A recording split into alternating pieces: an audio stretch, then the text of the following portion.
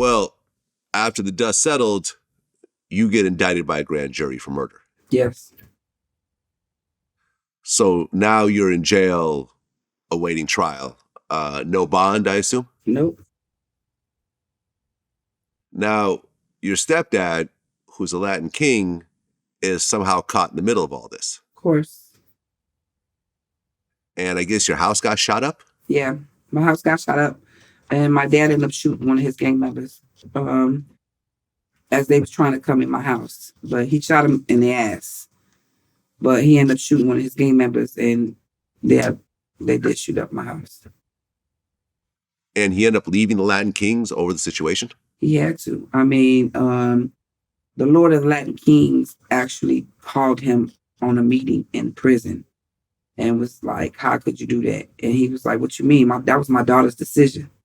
You know what I'm saying? He was like, well, I knew her since she was a baby. And he was like, she chose her own route.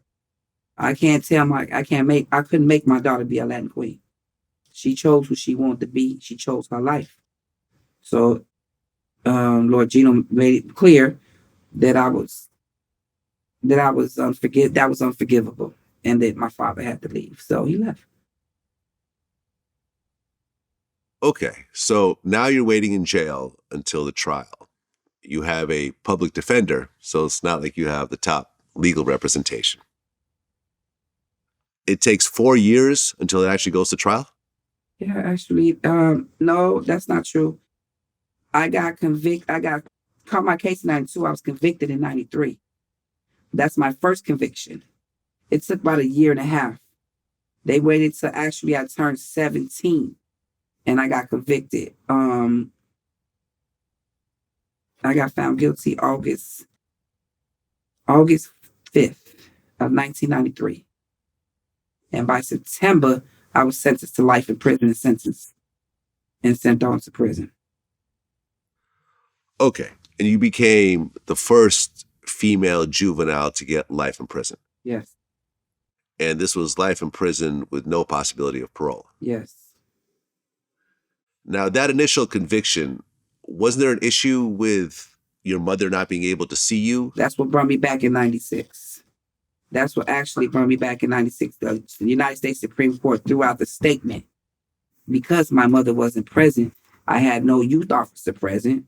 Nobody was there but me and the detectives when the statement was being taken. So it was thrown out, and I ended up going back in 96 for a retrial. And the judge was upset because I wouldn't take the offer that was on the table. And she brought the statement back in after the United States Supreme Court threw it out. Okay, what was the offer that they were giving you at that time? 25 years. Okay. Why'd you turn down the 25 years? Money hungry and young and stupid.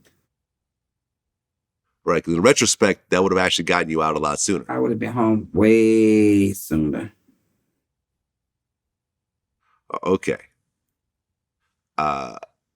Because later on, when they essentially said that it was unconstitutional to convict a juvenile to life in prison without parole, your sentence was changed to 63 years? Yeah, 63 years at 50%.